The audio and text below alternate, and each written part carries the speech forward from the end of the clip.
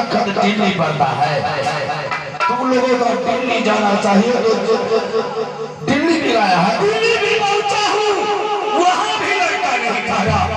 मैं सोचा अब मैं क्या करूं, बेबस में पड़कर मैं यहाँ से तुमने ये बताया ये कौन सा जगह पर रहा है? ये मोहब्बा इलाका का जंगल है।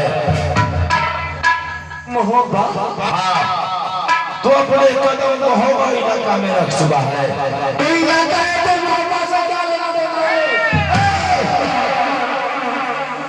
मैं जंगल काट कर निकलेंगे, आगे नैना पड़ेंगे, चुपचाप यहाँ से रह जाओ। अगर कहीं मालूम हो गई महारानी दीवला का बेटा का, तो तुम्हारा की लगाव बस नहीं जाएगा। उदला क्या करेगा? चल बता क्या करेगा? उदला से कुछ होने वाला नहीं है। कुछ नहीं होगा, चलेगा यार।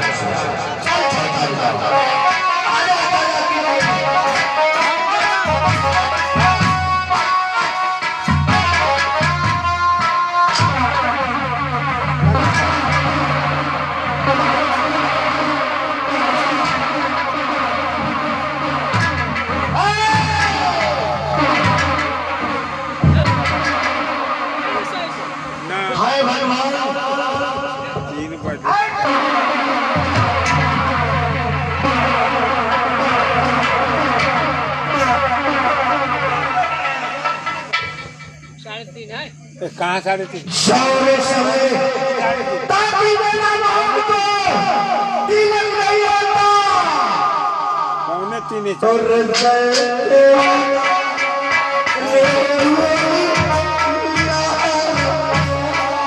टाइम कत भेजो 3:30 हो गए हो 3:30 है।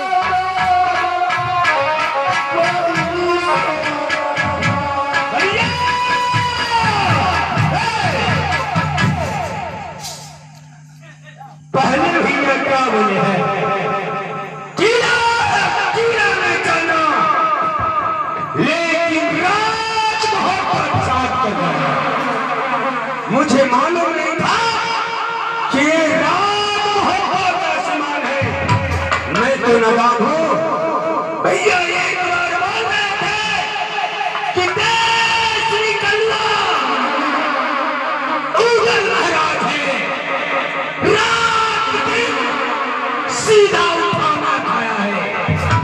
आज तो बराबर उधर से लगा गए, वो तो खड़ा है मुसलमान के हो जात बराबर उधर लगा गए।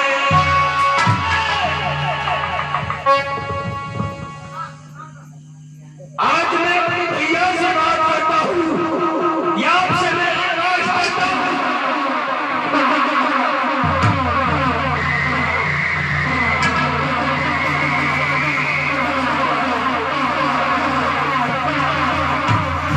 उदला कान खोल सुन लो। रात मोहब्बा की याद, राज महाराज सोने का निकलवा, या उदला मुसलमान घर खाया तो था। कहने ऐसा जवान से निकाला, थापड़े पड़ने लगा उदला।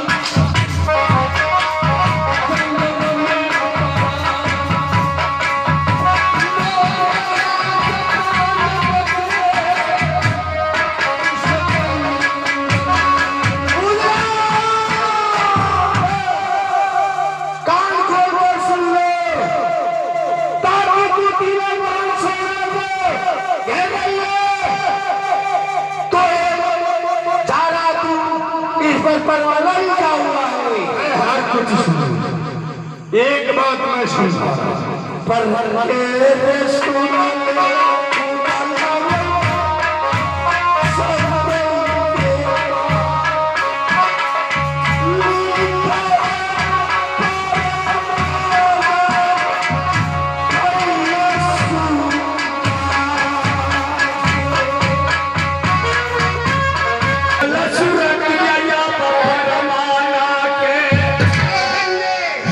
बर ऊपर के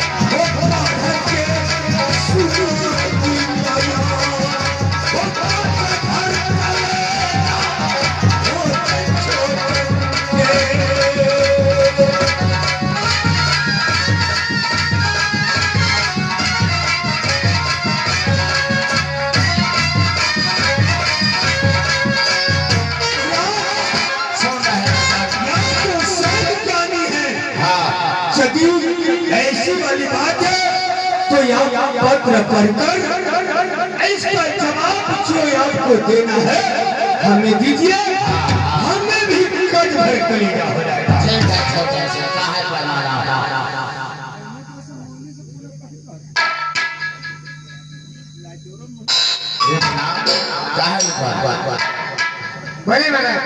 बहुत जोर पढ़िए ना, पढ़िए निजर महाराज, थोड़ी पढ़े। इसीलिए जिस टाइम में तुमने राज बनारस था तो दादा मदरसा कॉलेज भेजा कि जाओ उधर पढ़ लिख ले। उसी टाइम में तुमने बोला खेलेंगे कूदेंगे होंगे नवाब, पढ़ेंगे लिखेंगे होंगे खराब। आज कहीं ना परमाना लाया तो देवा पढ़ेगा, तो कौन पढ़ेगा? परमाना में यार लिखा है जोड़ी,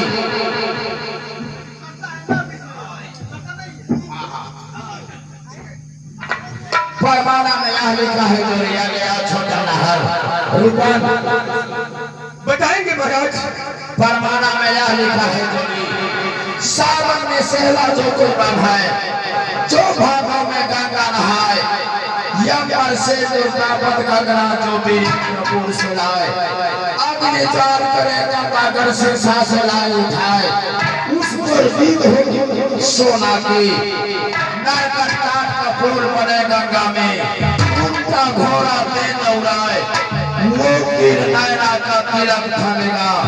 1 महीना 13 दिन मारो में लोहा चले घमसान, वही नीलराज नैना का तिलक थम सकता है। कौन बड़ी बात हो गई? और लिखा है, और पढ़कर देखिए। नीचे यह लिखा है कि जो वीर तिलक थमेगा, जो वीर सुपा का माथ काटेगा, 5 कट्ठा की पोखर नैना खनाया जाएगा, वो पोखर सुपा का खून से भरा जाए, उसमें दुल्हा दुल्ही स्नान करेगा, वही वीर राज नैना का तिलक आपस कर इसी में घबरा गए। ये तो चुटकी का खेला उतरा क्या? नीचे दस्तखत संदेव की, यहाँ साइन है भैया सुबह की। बार बारात में पिटाता ही ना, बरियातिया मुख में भागता ही ना, तो बारात के सेखी ना रहे। यही बुद्धि से हजारिया में लुकाई जाए, तो पिटा पिटी दूरा पर होते तो मगज में बकोई रहे। ये इतना परमाना कैसे हम लोग पूरा करेंगे? साथी समझा जोड़ी आओ आगे छोड़कर जो एक परमाना में तुम्हें भैया संग और पिता लिखे, जो मैं कह रहा हूं अकाल खोल कर सुन। रे सावन में से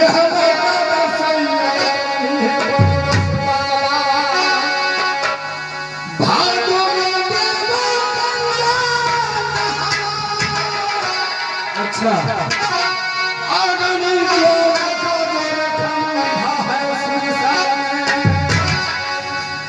भैया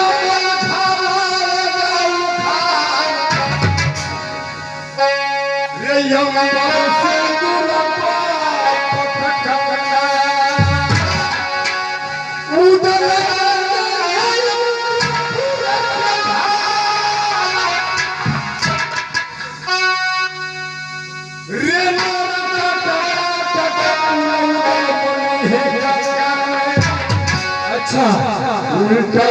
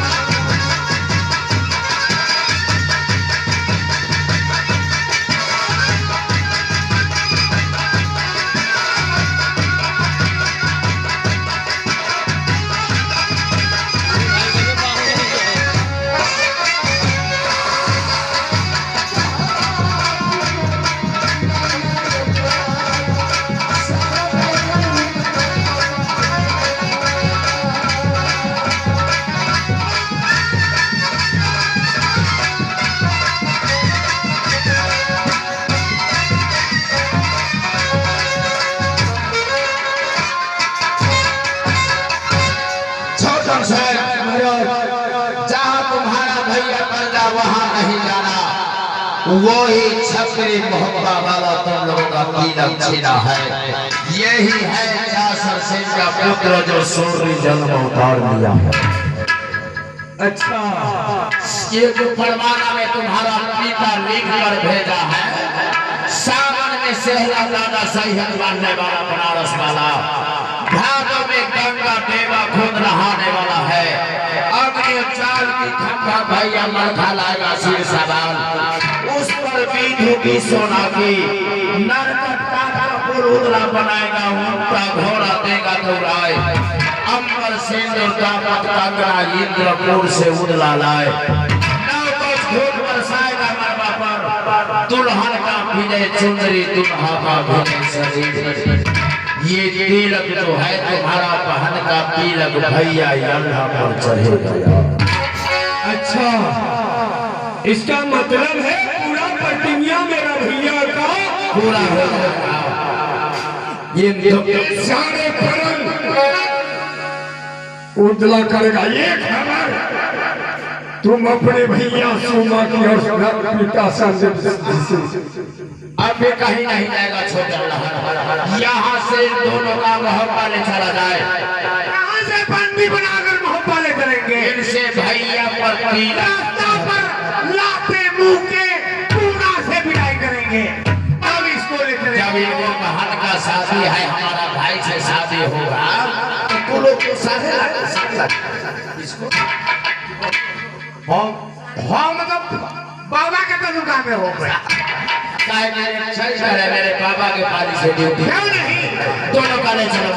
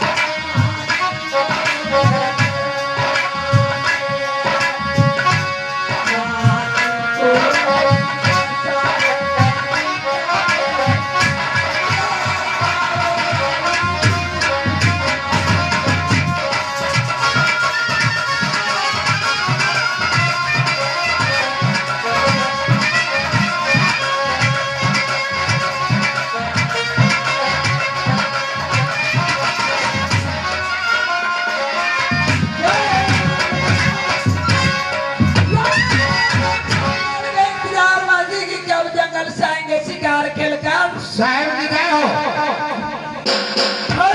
सिपाही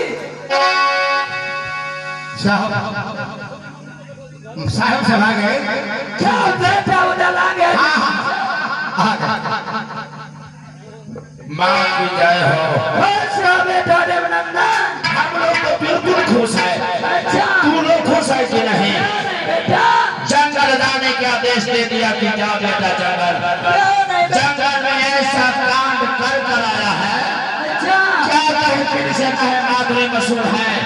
आज मुदला का छीछा देखकर मेरा कलेजा चूर है। क्या उधर जंगल के साथ किसी के साथ झगड़ा किया है, ऐसा झगड़ा किया है कि वहाँ गोली चलने वाला बात हो गया था जंगल में। बेटा देवनंदन। वाह अरे सूखा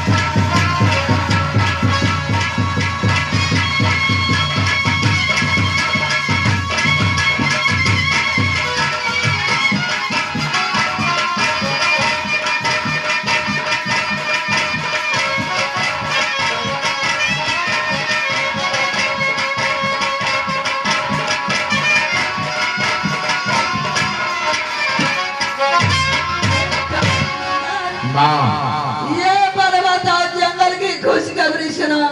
प्रणाम भैया। खुश रहो बेटा उधर। जंगल का खुशखबरी सुना रहा हूँ। क्यों नहीं बेटा? ये पहले बताओ कि तुमने राज नैना जानते हैं कि नहीं? क्यों नहीं बेटा? राज नैना यहाँ से किधर पड़ रहा है? राज नैना यहाँ से पूर्व पड़ रहा है बेटा। राज नैना की राजा कौन है? राज नैना के राजा वही सुबाइनर संजय सिंह का बेटा। क्यों नहीं बेटा? माया सरजूट करा सरजूट कि अब सोना हो गई शादी जोग। अच्छा जब सोना शादी जोग हो गया, सुबह सारे बाप पे बैठकर मीटिंग कर सोना का तिलक कांवर किला में घुमाया। क्यों नहीं बेटा? सुबह का डर से कोई छतरी तिलक नहीं थमा। तिलक आपस मोहब्बा बन झांसी केतली बन होते हुए बलरामा के रास्ता गुजर रहा था। क्यों नहीं बेटा? हम लोग उधर से हर के पीछा करते आ रहे थे। छोटन से उसका भाई जो है अच्छा अपने मुख से गाली निकाल दिया। ये कांवर किला में कोई छतरी नहीं, मत का लाल चढ़ रहा कि मेरे बहन का तिलक छीन सका दुनिया में। क्यों नहीं बेटा? ये आवाज सुनकर मुदला नैना का तिलक छीन कर ला रहा है। नैना को तिलक छीने आवे। हाँ हाँ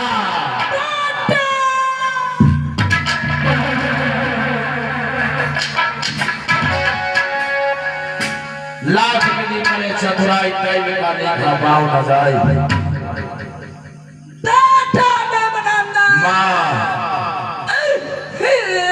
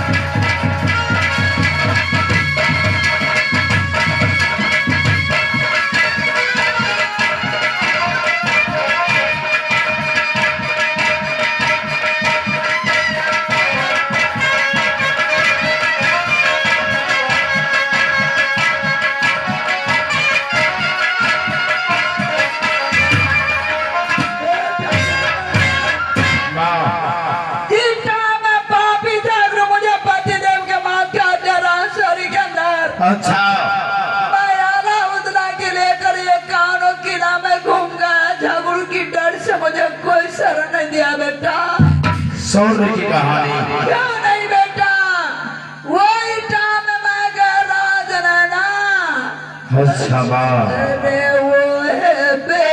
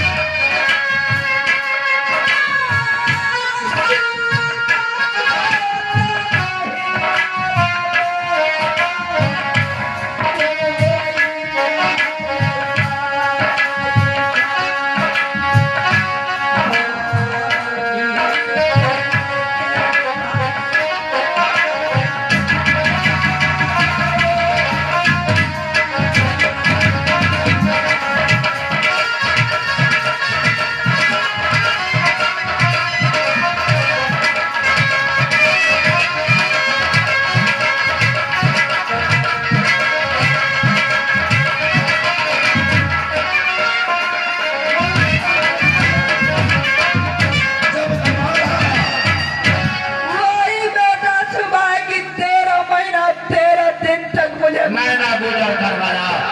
जब यही मानो झगड़ू का डर से कोई शरण नहीं दिया, सुबह जिंदगी मौत पर खड़ा होकर गुजर करवाया। उस पर माना में लिखा है कि जो वीर सुबह का मारेगा वही सोना से शादी करेगा, उदला से सूखा करेगा। सुबह की आवाज में बादलों की गरज है, बादलों की ठनका जैसा आवाज ठनक रहा है। सुबह जहां